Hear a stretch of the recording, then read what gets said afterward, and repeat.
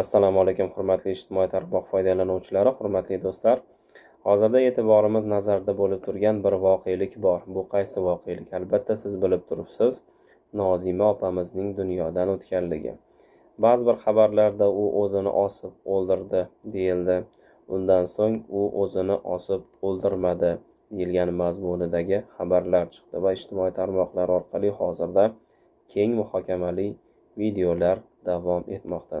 Hozirda biz ijtimoiy tarmoqlardan olingan ba'zi videolarni sizlar bilan birgalikda ko'rib chiqamiz. Undan tashqari ba'zi bir audio yozuvlar tarqalgan, uni ham sizlar bilan birgalikda ko'ramiz, tanishamiz va o'zimiz uchun kerakli bo'lgan xulosani chiqaramiz degan umiddaman. Biz videolarni boshladik. Xo'p o'rtoqlar, mana shu videoyimni maksimal tarqatib yuboringlar. Koreya yangiliklari Avaz, o'zidan advokat yasagan Sitora, qo'shmachilik qiladigan Farida, bundan tashqari Sherzod, Sirojiddin. Men sizlarga imkoniyat bermoqchiman, ya'ni shans. Borib o'zingizlar topshiringlar politsiyaga va bo'lgan voqeani, kim aybi bor, kim aybi yo'q, hammasini ko'zingizlar bilan ko'rgan, eshitgan hamma narsalarni borib tan olib politsiyaga o'zingizlarning xohishinglar bilan borib topshiringlar. Bu sizlarga ogohlantirish. Sababi uje eksgumatsiya boshlandi. Shu kunlarda mana boshlandi 2-3 kunda. Qabr ochiladi, hammasi oshkor bo'ladi. Advokatlar yollangan, O'zbekistondan ham, Koreyadan ham kuchli advokatlar, bitta emas advokatlarimizni. Shu darajada qo'yamizki, yig'ib ehson pullari hamma narsasini olib chiqamiz oxirgacha. Bu Nozimani o'limi bo'yicha ham hamma jinoiy javobgarlikka tortiladi. Men sizlarni ogohlantiryapman. Bitta narsani men esingizga solib qo'ymoqchiman. Jasmin Trans xuddi shunaqa jinoyatlarni bekitib, hech narsa qila olmaydi deb o'ylayotgan joyda advokatlar yollab, Turkiyaga borib uchib, hamma advokatlarga hujjatlarni topshirib, pullarini to'lovlarini qilib 5 ta transga qo'shib qamatib olgan odam men bo'laman. Men agar biron bir ishga bor vujudim bilan kirishadigan bo'lsam, bilingki, albatta chora ko'riladi. Bor yo'g'imizni tikib bo'lsa ham, hamma imkoniyatlarimizni ishlatib bo'lsa ham, albatta bu narsani tegiga yetamiz va jinoyatchilar o'z jazosini oladi. Shunday ekan, yana bir marta ogohlantiryapman. Sizlarni ham xuddi shu kun kutyapti. Agarda jazo yengilroq bo'lsin deydigan bo'lsanglar, hozir yana bir marta ogohlantiraman. Borib o'zinglarni politsiyaga borib topshiringlar. Endi jinoyatni qilishga qilib qo'yib, endi buni ketini tozalashga o'tmanglar. Buni ketini tozalashga уже kech qoldinglar. Jinoyat joyida izlarini qoldirib bo'lgansizlar. Endi men bu mashinani sotib olishga necha endi.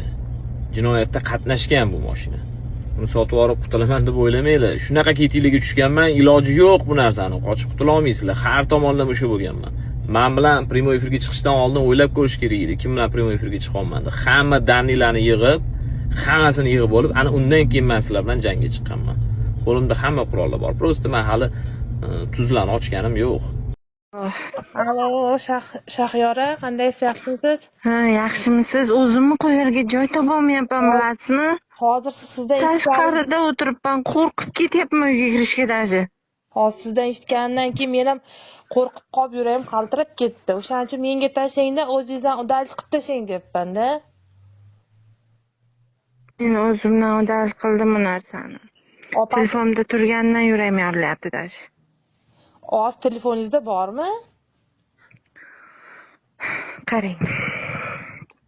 Men bir ayolga bolalari bor, 2 ta bolasi bor, bir ayolga va'da berdim. Men hech kimga bu narsani ko'rsatmayman, tashlang deb va'da berdim. Men o'sha va'da berib, o'sha narsani ko'rdim men. Nimani ko'rdingiz shunda? Xonaga kirib kelayotganda, ichkarida Nozimani ustida Do'lisini yozmayapsizmi, ishqi? Yo'q, menda uni yozmayman men. Men o'zim gaplashyapman-ku. Prosta menga tashlangda, siz o'chirib tashlang o'zingizdan. Bu narsalarni keyin aniq bo'lganda chiqaramiz deyatdim-da. Alo. Kimdirga tashlash iloji yo'qmi? Shuni shu ayolginaga aytsam, posolstvo bilan gaplashganmi onasi posolstvo bilan? Hozir telefonda gaplasha olmayapman ammam bilan necha kundan beri, faqat Telegramda yozishyapmiz-da. redka gaplashyapmiz. Hozir o'shanga siz agar tashlab beraman desangiz, men telefon qilib aniq so'rayman, pochto'rsiz bilan gaplashganmisiz, bilasizmi Nozimani o'lgan deb so'rab beraman deyapman-da, aniq tashlab beraman desangiz. Lekin ish ochilgan, Koreyadan ham, O'zbekistondan ham advokat olingan. Hozir bularning orqasidan juda katta odam tushgan. Mana hamma narsani bilamiz. Lekin hammasini tozalab yuborgan-ku ular. Yo'q hech nima. Boradi opasi 3-4 kundan keyin xudo xolasa. Faqat arzimagan gaplar qolgan-ku. Arzimagan gaplar hammasini o'chirib yuborgan-ku, hech nima qolmagan. Balki o'chirmagandir, bordir biror joyda. Sherzod bilan Siroj bor faqat. Boshqa hech nima yo'q.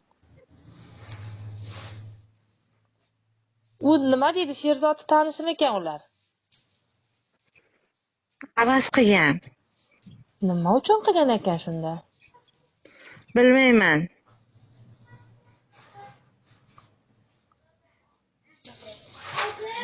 Men ham qo'rqib ketyapman borku. Hamma yog'i Urilgan dabdala ekanmi? Ko'rdingmi? Yo'q, qizni ko'rmadim, faqat avaz ko'rdim. U yerda oyog'i bilan cho'zilib yotgan o'sha edi. Yechintirib yotuvdi. O'li bo'lgan u. Yechintirib yotuvdi? Ha, o'li bo'lgan. Xo'sh, Koreyada o'zini o'zi osib o'ldirgan deb iddao qilinayotgan qizni menimcha juda ham ko'pchilik eshitdi, shu bo'lib ketdi. U qiz bir necha yil oldin meni studiyamga kelgan ekan, shogirdim u qizni makiyaj qilgan ekan va eshitganimdan beri, necha kundan beri videolarni kuzatdim, istoriyalarni ko'rdim. Shu chiqayotgan xabarlarning hammasini ko'rib, o'zimcha analiz qildim-da. Kommentariyada yozayotgan aksariyat erkaklarni kommentariyalarini o'qib hayron bo'lib qoldim. Fohish ekan, fohishning jazosi shunaqa deb har xil kommentlar yozishyapti. Avvalo bizani o'zbekchilikda, musulmonchilikda o'lganni ketidan gapirilmaydi deb yoshligimizdan uqtirib kelishgan. Nomaqbul gaplarni ayniqsa gapirilmaydi deb yoshligimizdan o'rgangan. Prosta og'zaki gapi qachondan asos qilib olinyapti. Sizlar eshitganingizga emas, ko'rganingizga asoslab u qizni tasvirlaylar. Masalan, men o'sha uyda kirib olingan videolarga asoslanib, qaysi fohisha uyini Ramazon uchun bezatib qo'yadi. Dasturxon tuzab Ramazon uchun, chiroyli qilib, girlandali qilib Ramazon uchun qaysi fohisha bezatib qo'yadi. Qaysi fohisha uyida joynamoz, tasbeh, 48 varroli daftari yarmi to'la duolar, namoz o'qilish qoidalarini yozib boradi. Men o'zimni ko'zim bilan shuni uyida tintuv qilishyapti-ku, o'zligicha detektiv bo'lib, o'shalarda ko'rsatishyapti, joynamozni ko'rsatishyapti, tasbehni ko'rsatishyapti, uyi Ramazon uchun bezatilganini ko'rsatishyapti. 48 varroli daftarga ichiga duolar yozilgan, namoz o'qish qoidalari yozilgan daftarni ko'rsatishyapti. Koreyada Nozima o'z joniga qasd qilgan videolar juda ham tarqab ketgan va bir qancha o'zbek blogerlarimiz ham ko'p ma'lumotga ega bo'lmasdan negativ videolarni ham olib chiqishyapti va u qiz haqida har xil bo'xtonlar ham qilishyapti. Nozima Koreyada hech qanaqa o'zini osmagan, Nozima o'zma Koreyada o'ldirilgan bo'lgan. Shu sababdan iltimos Nozimaga adolat deb turib bir qancha videolar qilib, u qizni qo'llab-quvvatlashingizni va onasi haqqiga va Nozimani o'ziga duo qilishingizni so'rab qolaman. Bugungi videomiz Koreyadagi 70% qizlar va umuman olganda Koreyadagi qizlar haqida video qildim. Koreyada 99% qizlar hammasi yaxshi joylarda ishlashadi, ya'ni hech qanaqa Nuri Bank shunga o'xshagan joylarda ishlashmaydi. Men Koreyaga kelganimga mana 10 yil bo'ldi. Meni atrofimdagi va undan tashqari kimni ko'rgan bo'lsam, hammalari yoki magazinda ishlashadi, ya'ni JS magazinida yoki kompaniyada, undan tashqari teacherlik, ya'ni ustozlik, ingliz tilidan dars o'tishadi. Oshxonalarda ishlashadi, idishlar yuvishadi, hammasi halol yo'l bilan pul topishadi. Undan tashqari hozirgi kunda biznes qilayotgan qizlarimiz ham ko'p, kosmetika bizneslari bilan shug'ullanishyapti. Undan tashqari har xil jenshin dorilar ham jo'natib turib kunlarini kechirishyapti va undan tashqari ota-onasiga yordam berishyapti. Qattagi yo'q inson Instagramga va TikTokga chiqib turib 70% qizlar Nuri Bankda ishlaydi degan fakti bu mutlaqo ingliz tilida bullshit deyiladi, ya'ni bo'lmagan narsa. Koreyadagi qizlarimiz hammasi 99% halol yo'l bilan pul topishadi. 1% nimaga deyishingiz mumkin. 1% ishlamaydi. Ular scholarship olib kelishadi, ya'ni KJSP shunga o'xshagan byudjet yutib turib Koreyaga kelishadi va ular umuman ishlashmaydi. Ular o'tirib darslarini qilishadi, yanada bilimlarini oshirishadi va universitet ularga pul to'laydi. Yakobi 1-2 qizlar Norbangda ishlashi mumkin. Biz ular haqida umuman ma'lumotga ega emasmiz. Shu sababdan sizga agar birortasi Koreyada qizlar shunaqa ish qiladi degan bo'lsa, ishonmang. Ular Koreya haqida umuman ma'lumotga ega emas. Bu birinchisi. Ikkinchisi, Koreyada 2 xil Norbang bor. Qayerdaga yo'q odamlar chiqib turib Norbang bu yomon joy deb turib video qilishyapti. Bu ham xuddi shunaqa bullshit. Ya'ni Norbangda bu qanaqa joy? Bu karaoke. O'zbekistonda ham karaoke bor. Karaokega oilaviy ham kirishadi, lekin Koreyada kichkina xonachalar bo'ladi. Bu yerda ko'pincha studentlar yashaydigan joylarda tanga tiqib yoki siz o'sha pul tiqib turib o'zingiz ashula aytishingiz mumkin yoki o'rtog'ingiz bilan kirishingiz mumkin. U yerda hech qanaqa xizmat ko'rsatish narsalari bo'lmaydi. Xo'p, ikkinchi toifadagi Norbang ham bor. U yerda qizlar xizmat ko'rsatib, shu ichkiliklar taklif qiladigan Norbang bor. Unaqa Norbanglar juda ham kam. Studentlar yashaydigan joylarda deyarli bo'lmaydi. Menimcha zavod shunaqa joylarda bo'lishi mumkin. Biz unaqa joylar haqida o'zbek qizlarini ko'rishingiz juda ham kam hollarda uchraydi. Даже ko'rmaysiz ham. Shu sababdan Norbang yomon joy, Norbangda Nozima borgan degan gapga ishonmang. Chunki Norbangga bordi degani u yerda u qiz nima qilganini siz bilmaysiz, biz bilmaymiz. U qiz balki ashula aytgani borgandir. Shu sababdan yomon gumon qilmaymiz. Chunki Nozimani birinchi bo'lib o'zini osdi degan ma'lumotlar hammasi yolg'on bo'lib chiqqandan keyin Nozimani hayoti ham, har xil bo'xtonlar ham, ichda chekdi degan narsalar ham yolg'on bo'lishi mumkin. Nozimaga adolat deb turib bu videomizni Koreyada yashayotgan qizlarimizga, o'qimishli qizlarimizga va undan tashqari Koreyaga kelmoqchi bo'lgan qizlarimizga albatta jo'natib qo'yishni unutmang. Bu videoyim ayrim bir blogerlarga, ya'ni Koreyadagi mavzuni bo'ldi, to'xtatinglar, go'rda tinch yotsin, o'lgan o'lib ketdi, deyotgan odamlar. Agar o'sha qizni o'rnida sizni farzandingiz bo'lganida, singlingiz bo'lganida, yoki yaqinlaringiz bo'lganida, hozir siz bizlar bilan yelkama-yelka turib kurashayotgan bo'lardingiz. Misol uchun, menga Nozima hech kim. Shunchaki u O'zbekiston fuqarosi, u o'zbek qiz, musulmon qiz. Bo'ldi, men shu narsani bilaman.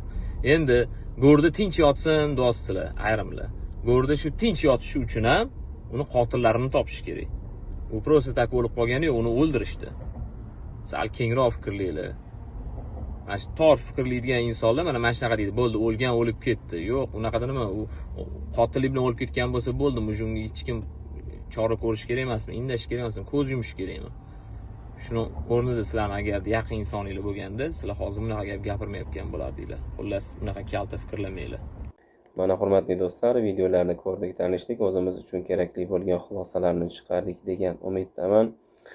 Bir insonni yana qaytarib aytib o'taman, farzandini 1 yoshdan toki u 20 ga kirsin, 25 ga kirsin, shu yoshgacha ota-ona katta qilib, ko'zini o'ngida uni millat uchun, jamiyat uchun foydali inson qilgunigacha qancha mashaqqat ketadi.